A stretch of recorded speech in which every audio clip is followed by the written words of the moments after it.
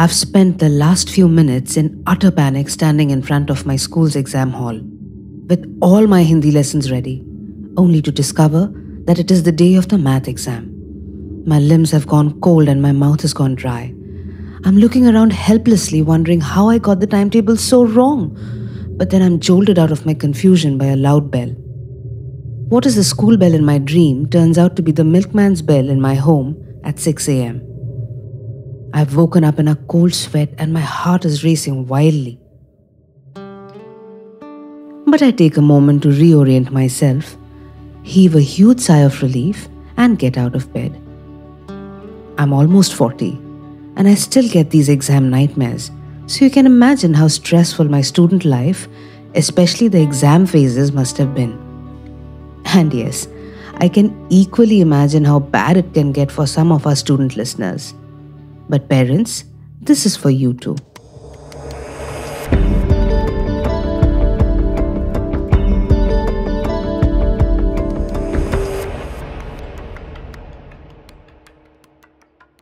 So hello to my dear listeners. And in today's episode of the Dr. Happy podcast, brought to you by Juno Clinic, I will tackle the issue of exam stress.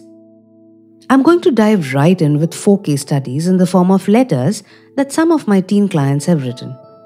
The first letter is from Ankush from Gwalior. He says, "Hello, this is Ankush. My neighbor Mr. Bansal's son, Chirantan, got into IIT recently. He's a year older to me. Since the news of his result has come, there is a drastic change in the atmosphere of my home. It suddenly feels as if my parents are looking at me critically all the time. If I get up in the morning and sit on the sofa, mom looks at the clock.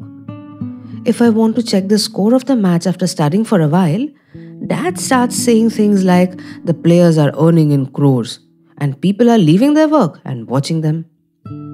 It is strange because he and I have enjoyed cricket together for hours in the past.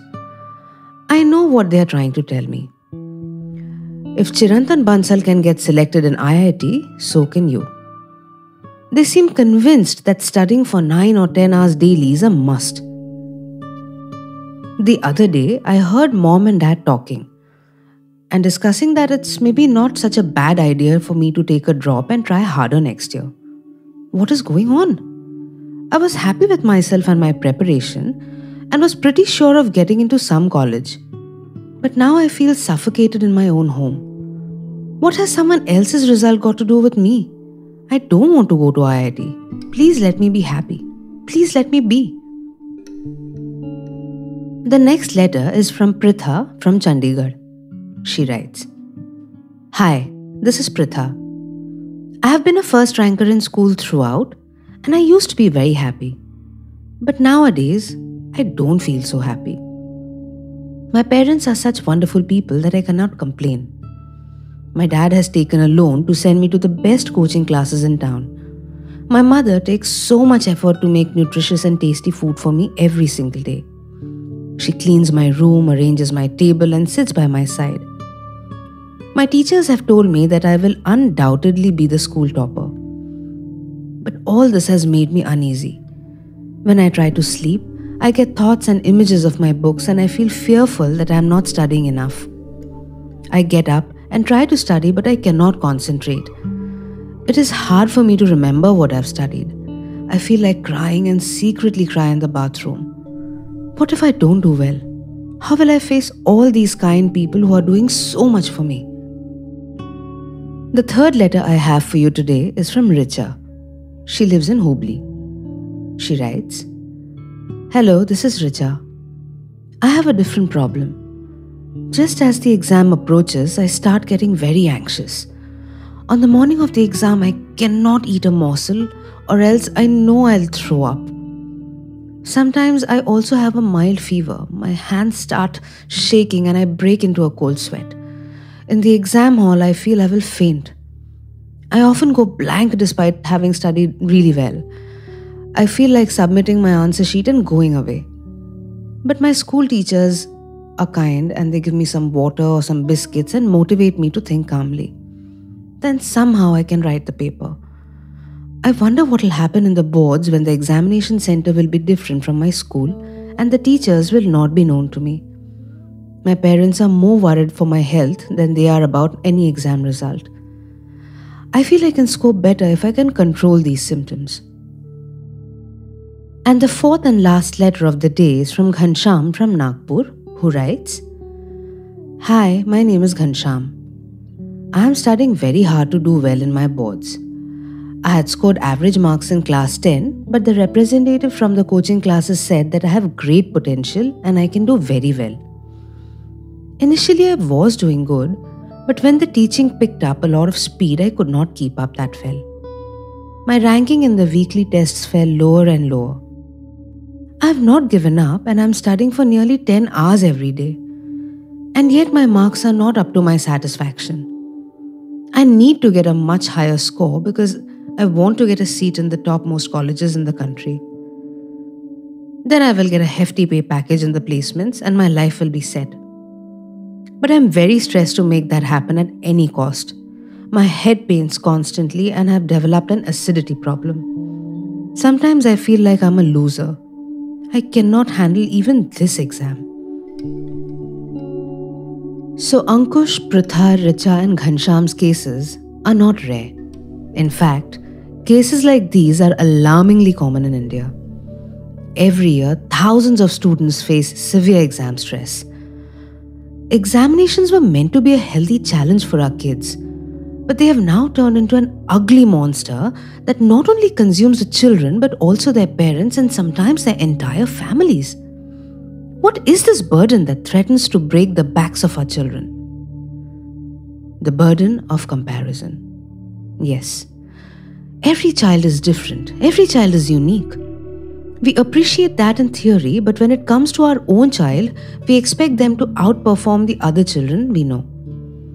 Probably because we want to hold our heads high and declare to the world that our children are the best, so basically we are the best. But let us look at it in another way. Most parents believe that they have come up the hard way and are proud of what they have achieved in life. But what if our children start comparing us with rich industrialists, film stars, or even sportspersons of the world? What if they belittled us for not achieving as much as them? That would be devastating for our egos, wouldn't it? But children, even though they are small, never do such immature things. They love their parents and would never trade their parents for any other in the world. Then parents, being adults and definitely the wiser ones, why do they indulge in comparison? Nothing crushes the self-esteem of a person more than being compared with someone else. We need to make a vow that no matter what the next child does, we will hold our child's achievement in high esteem, always. The next big burden is that of expectations. Now, some parents feel that they did not get the right opportunities in their youth and so they could not achieve a higher, better, greater status in life. And they are willing to provide all those opportunities to their children. And for this, they work really hard and take enormous effort for the children. And all that the children have to do in return is perform. Parents may not even say that overtly to the child. They may even say that they don't mind whatever their child scores. But their non-verbal communication sends out clues that seem to endorse the belief that the child is certain to perform splendidly because no stone is being left unturned. But performance is based on so many things. It is based on willingness and desire, it is based on ability, and finally it is based on a healthy mind and body capable of delivering the end product. Let us not burden our children with expectations. The children are not an instrument to fulfill our dreams and aspirations. Next comes that big burden of anxiety. Many children who suffer from performance anxiety at the time of exam can manifest in the form of physical symptoms like feeling jittery or even vomiting before the paper. Often, due to anxiety, children who have prepared well are unable to perform to their full potential because they tend to go blank on seeing the question paper. Such a condition can be very disabling and can lead to a lifelong decrease in confidence in facing various exams and other stressful situations. Several techniques for tackling anxiety, such as visualization, grounding, distraction, breathing exercises, etc., have been discussed in our earlier podcast episode on anxiety while traveling in the pandemic. Listening to these methods could help soothe you. I say go check it out. But if you still feel anxious, it would be a good strategy to try some therapy to help you cope on the big day. Regular therapy can prove beneficial in facing not only current exam situations, but also future exams and other anxiety-provoking situations as well.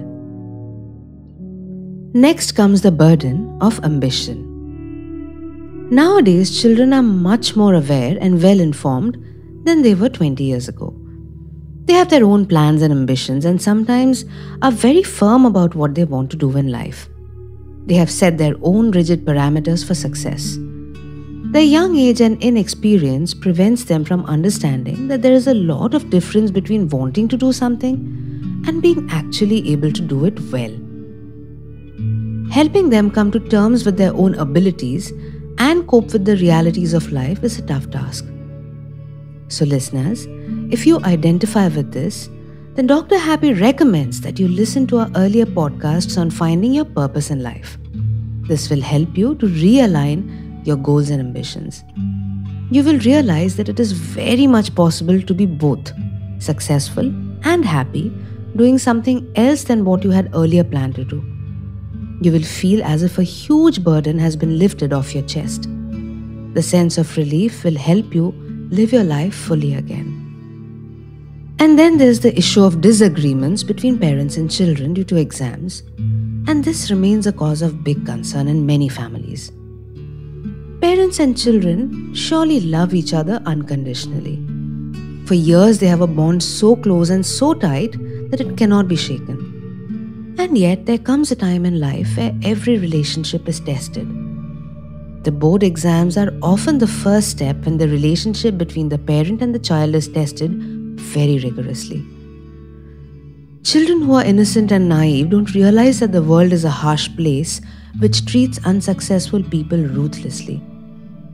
Parents who are older and experienced try to save their children from these pitfalls. But what is the consequence? It could be violent arguments or an uncomfortable silence. It could be an open rebellion or a passive withdrawal. Whatever form it takes, it is detrimental to the emotional well-being of our children. So, what is to be done? We have to recognize that this is a time of a major transition in the relationship. Parents who were once loved and worshipped have now become enemies. How to prevent parents from becoming enemies? Parents should no longer just be parents, and they should try to become friends to their children. And what do friends do? Friends hang out. Friends listen, they talk, they share, they accept, and they help. So, as a friend/parent, this is what you must do. 1. Give your children your time. Free up your schedule. Take some time off to build your bonds with them. 2. Listen to what your children are saying. Listen deeply. Listen in silence with all your heart. Not with a desire to offer a counter-argument or advice, but with a desire to genuinely understand what is going on in their young minds. Try to listen to what they are not saying. There are not enough words in any language to express certain emotions. 3. Talk to your children, but try not to tell them of how little you had when you were of their age. When you give examples that are 20 or 30 years old, they may seem irrelevant to your kids.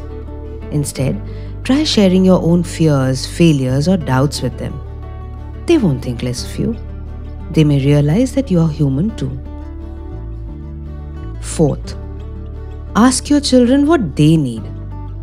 They may respond with anger or defiance, but this is part of youth. Accept it.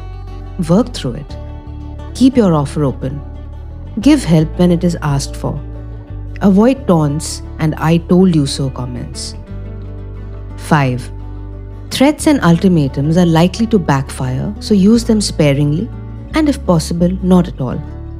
A dialogue is the best form of communication. while conversing, acknowledge their feelings and allow for confusion. And 6. Finally, be patient. Life is long and full of ups and downs. The period of turbulence will end. The child who you felt was wasting his or her potential may turn out to be a shining star. Let experience of age and the enthusiasm of youth come together to find a path that the young generation is best suited for. I hope employing these little measures in your family and life will lead to far more fulfilling lives and happier kids. Of course, one size does not fit all, and if need be, seek help from mental health professionals such as those at Juno Clinic, Mumbai. On their website, www.juno.clinic, you will find a wide variety of choices for counselors and modes of counseling. I am, of course, here as always too. If you would like to share a problem with me and would like me to address it on the podcast, do write in at drhappy2021@gmail.com. That is doctorhappy2021@gmail.com. Also find the podcast on your favorite audio streaming and social media platforms, and remember to subscribe and share. Until the next time, be good to yourself and take care. I'll be back next week with another episode and tell you one more way to be happy.